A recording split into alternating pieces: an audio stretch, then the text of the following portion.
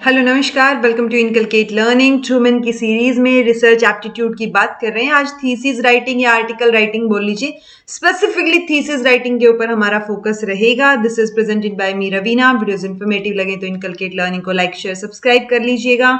एक थीसिस में और डेजर्टेशन में क्या डिफरेंस होता है ये मैं आप लोगों को ऑलरेडी करवा चुकी हूँ। सो मेक श्योर एक बार आप वो वीडियो देखें और मुझे बताइएगा कि सिर्फ एक डिफरेंस बता दीजिएगा, थीसिस और डेजर्टेशन में क्या फर्क होता है। ओके, चलिए देखते हैं जी। तो अगर थीसिस जो हम लास्ट में लिखते हैं, अच्छा ये बताइएगा कि हम मास्टर्स के बाद थीसिस लिखते हैं या हम पीएचडी के बाद लिखते हैं। ओके, सो ये या फिर अलग अलग जगह दोनों चीजों में लिखते हैं, तो मुझे बताइएगा ये difference.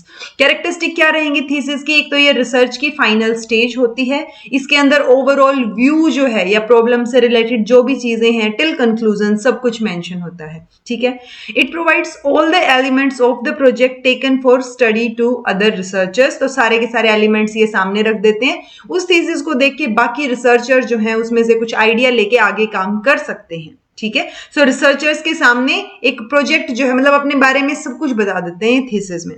It bears the total summary of the work, तो सब कुछ होता है तो टोटल समरी भी डेफिनेटली आ गई।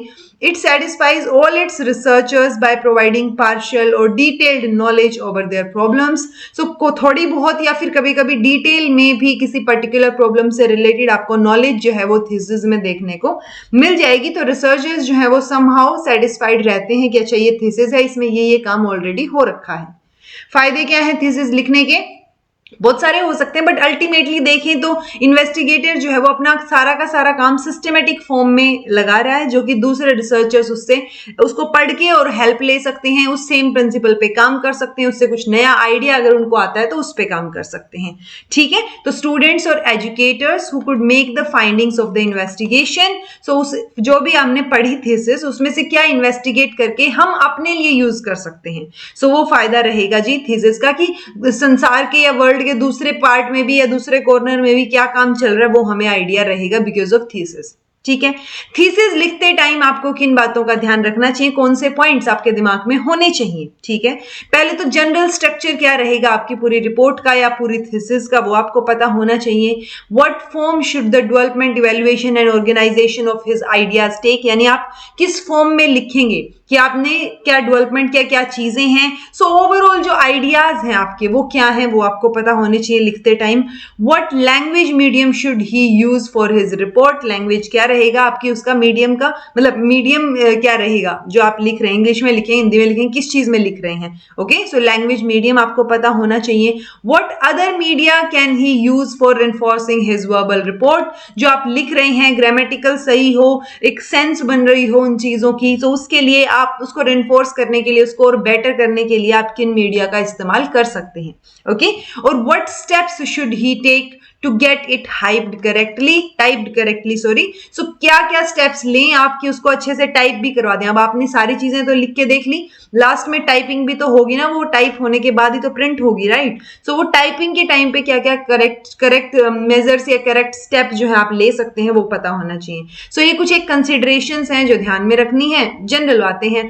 फॉर्मेट की बात करें थीसिस राइटिंग में तो सबसे पहले प्रीलिमिनरी सेक्शन होता है जिसमें सबसे पहले टाइटल का पेज होगा, जहां पे बोल्ड लेटर्स मतलब कैपिटल लेटर्स में इट्स लाइक अगर टाइटल है तो TITLE इस तरीके से कैपिटल लेटर्स में आपका जो टाइटल है वो लिखा होगा। टाइटल मतलब टाइटल ये नहीं जो आपके रिसर्च का टाइटल है उसकी बात हो रही है। ठीक है, क्लियरली टाइपिंग उसकी होनी चाहिए, कोई कंफ्यूजन उसमें लगे ना, ब्यूटीफुली प्रिंटेड और टाइप्ड होना चाहिए ताकि देखते ही मन करे पढ़ने का आपका। ओके कि अच्छा इसमें कुछ नया मिलेगा, कुछ क्यूरियोसिटी उससे डेवलप हो वो हमें पता होना चाहिए। ठीक है, it bears the same name of the topic, तो मेजरली टॉपिक का नाम होगा, ऑथर का नाम होगा, और ये टाइटल पेज का अलग अलग फॉर्मेट होगा, अलग अलग स्टाइल में। मतलब अगर आप APA स्टाइल में थीसिस लिख रहे हैं तो उसमें अलग तरीके से टाइटल पेज लिखा जाएगा कि भाई राइट साइड में नंबर होना चाहिए, ऊपर जगह छोड़नी है, फिर नाम होना चाहिए टाइटल का, फिर ऑथर का नाम। तो इस तरीके से वो अलग अलग चीजें हैं जो कि अलग अलग स्टाइल में लिखी जाती हैं।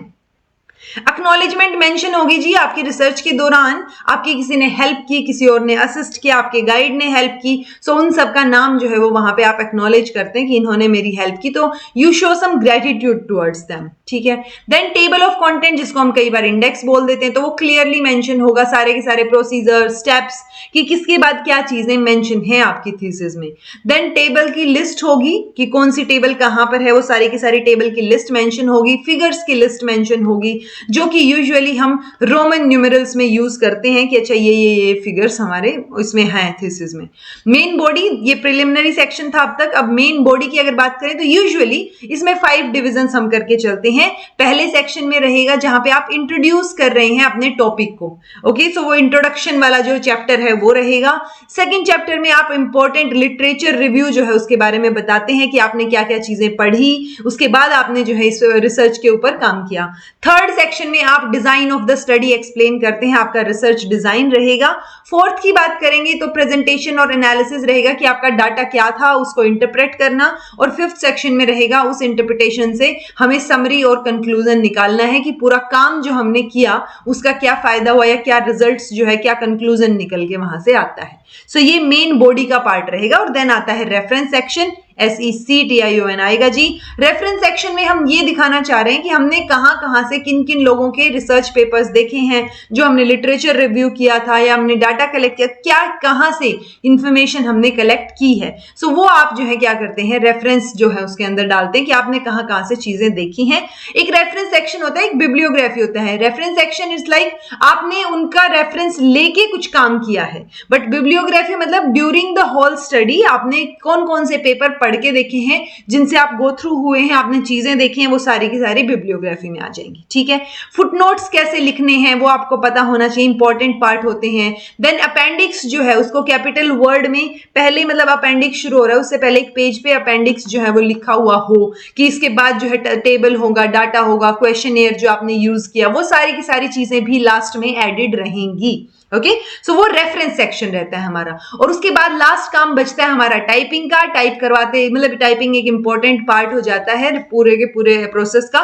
सो आपको अच्छे से टाइप कराना है, टाइपिंग आपकी क्लीन होनी चाहिए, डिस्टिंक्ट होनी चाहिए, लेजिबल होनी चाहिए कि पढ़ा जा सके, ठीक है। Strike over should not be made. Strike over is like कहीं गड़बड़ होगी तो ये कट, हम ऐसे स्ट्राइक, हम इसके ऊपर स्ट्राइक कर रहे हैं, स्ट्राइक ओवर, ओके, तो वो चीज नहीं होनी चाहिए। टाइपिंग वो एक साइड पे होनी चाहिए। थीसिस हमेशा वन साइडेड पेज पे टाइप होती है, दूसरी तरफ नहीं टाइप होती, ठीक है। हेडिंग्स जो हैं वो सेंटर में टाइप होनी चाहिए। पैराग्राफ, नोटेशन, कोटेशंस, फुटनोट, वो सारे के सारे अप्रोप्रिएट जगह पे मेंशन होने चाहिए। डिट्टो मार्क्स ना यूज किए गए हो कहीं और से, ठीक है। देन एफिशिएंट टाइपिस्ट जो है वो यहाँ पे होना चाहिए ताकि अच्छे से टाइप हो सके आपकी। अदरवाइज आजकल तो खुद ही टाइप करते हैं लैपटॉप में, और उसके पहले टाइपराइटर्स होते थे ना, आपने जो काम किया उसके बाद आप टाइप करवाते थे, राइट। सो वो एक एफिशिएंट वे में आप टाइप करें उसको, अच्छे से एंगेज्ड वे में।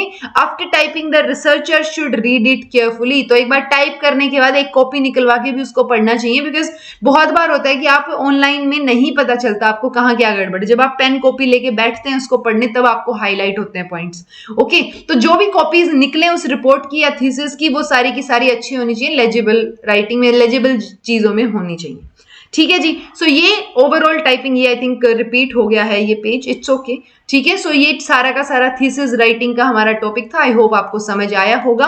This was all about today. Thank you so much for watching. Thesis और डेजर्टेशन में क्या डिफरेंस होता है आप बताइएगा। जो स्टूडेंट एटलीस्ट सीरियस एस्पिरेंट्स हैं जो पढ़ रहे हैं, वो थीसिस और डेजर्टेशन का डिफरेंस मुझे बताएंगे। Thank you so much for watching. Be happy, keep smiling, subscribe to Inculcate Learning because it is absolutely free, and be consistent in your efforts.